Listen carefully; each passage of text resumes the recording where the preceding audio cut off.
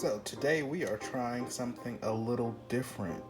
We are going to be whipping up some French macarons, I believe they're pronounced.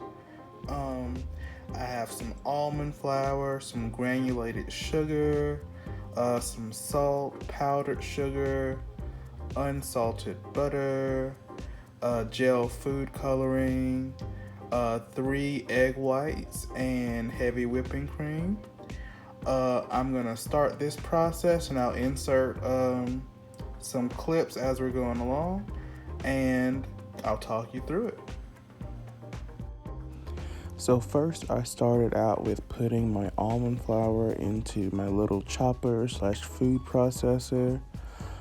Even though the almond flour came pretty fine, you still want to pulsate it through. I believe the recipe said about 10 times. You see there I'm taking some of the almond flour out just to give me some extra space. Then I add in my 1 cup and 3/4 cup of powdered sugar, and then process that through. I then took the dry mixture and I'm shaking it through a sifter. The key is to just get any lumps out. So now moving on to the egg whites. I have 3 room temperature egg whites here. I put them in the mixer and we want them to beat until fluffy.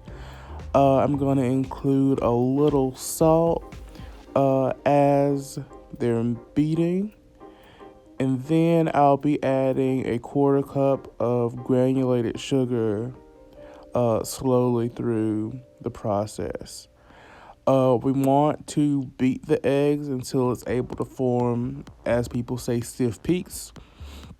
And that's where the meringue mixture is able to hold up if you stop the press, well, stop the mixer and hold it up. I'm going to then put in my vanilla extract and quickly beat that in. Then my blue food coloring. I use gel food coloring because that's what came recommended by the recipe. I use blue, but it eventually turned green. So yeah. I'm gonna take my dry ingredients and then put them in a third at a time. Just mixing until combined each time with each third that I put in there. And we're going to beat until it is a consistent texture. There is a figure 8 test that basically lets you know when your batter is done and ready to be piped. I have a piping bag here with a regular circle tip.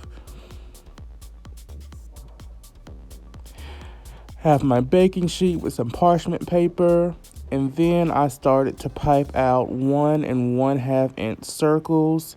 My piping skills are not the best at all. I really struggle with controlling a piping bag.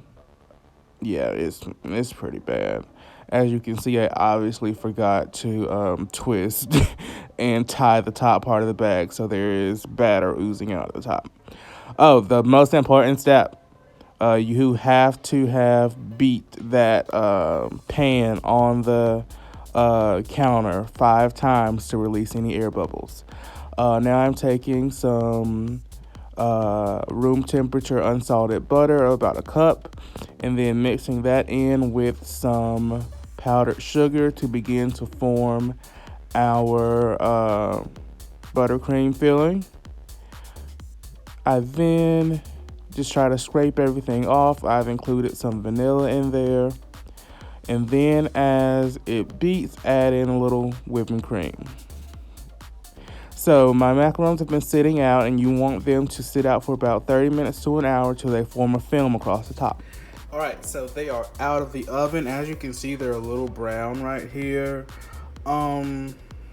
I'm okay with the appearance of them. Again, this is my first try.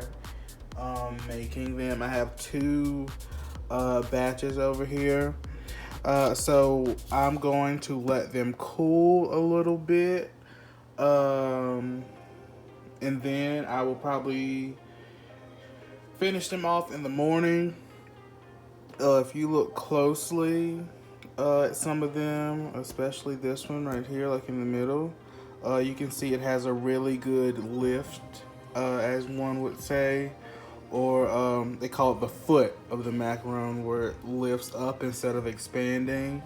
And that's a pretty distinguishable feature of these cookies. So once I put them together, it will be like a green sandwich cookie with the buttercream frosting that you saw me make earlier. So stay tuned for the final product.